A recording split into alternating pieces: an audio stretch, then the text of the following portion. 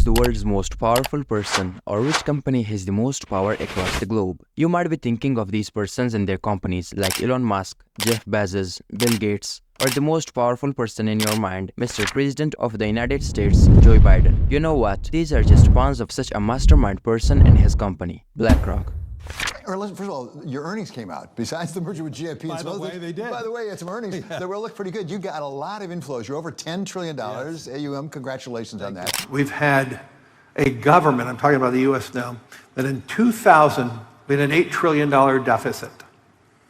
And today we have a $33 trillion deficit. So the deficit's grown by more than $1 trillion each year over the last 23 years.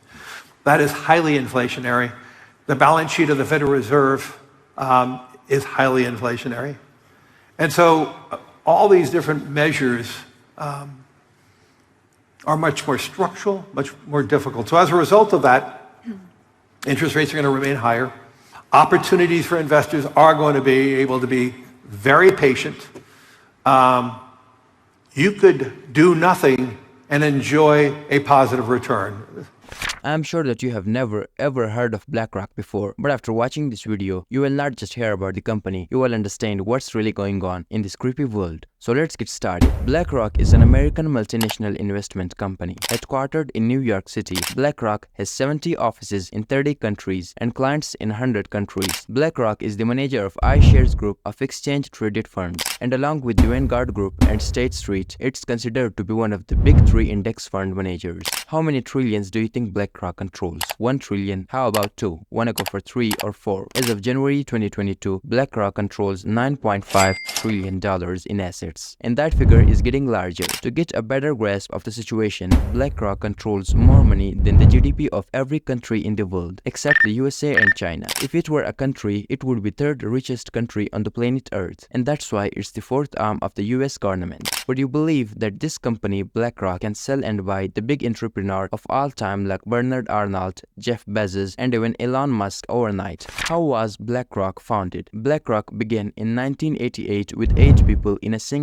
room who shared a determination to put clients' needs and interest first. Founders believed they could manage assets in a way that was better for their clients by utilizing their passion for understanding and managing risks. This is the way the firm continues to be managed today. Those 8 persons were Robert S. Capito, Susan Wagner, Barbara Novick, Ben Gulab, Hugh Fretter, Rolf Scholstein, Keith Anderson, and the most importantly, Larry Fink, the CEO of the company. Ignoring those 7 partners, we're gonna talk directly about the CEO of the company, Larry Fink. Larry Fink was born on November 2, 1952. He grew up as one of the 3 children in a Jewish family in Van Nuys, California, where his mother, Layla, from 1930 till 2012, was an English professor, and his father, Frederick, from 1925 till 2030, owned a shoe store. Fink earned a BA in political science from UCLA in 1974.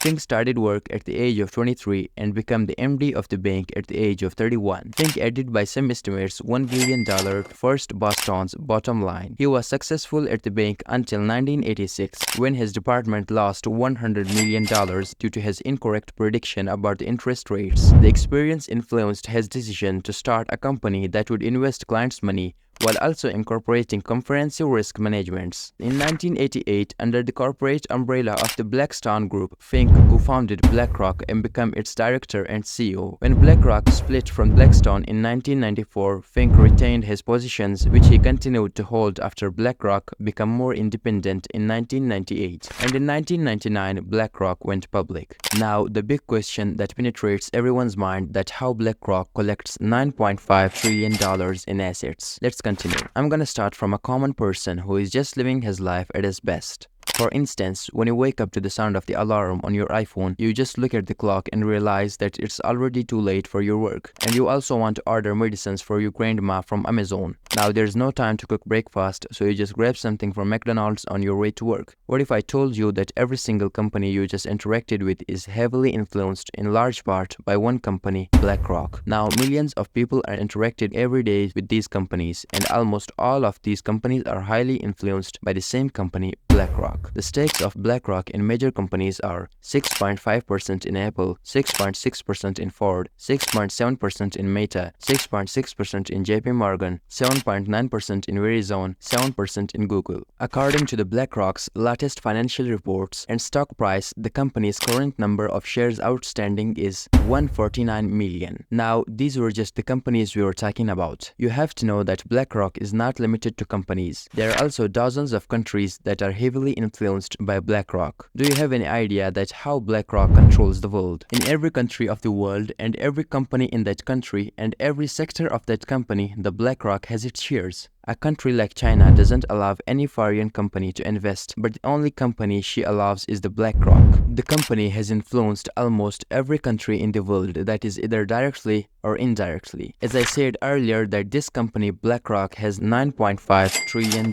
in assets, and you might be thinking that how BlackRock manages such a big amount of money. BlackRock invests all amount of money in every corner of the world, and that's why it has the 10% of value of the total shares and total bonds of the world. Let me explain it to you in simple words. In 100% of the world's shares and bonds, BlackRock controls 10% of the world's money alone.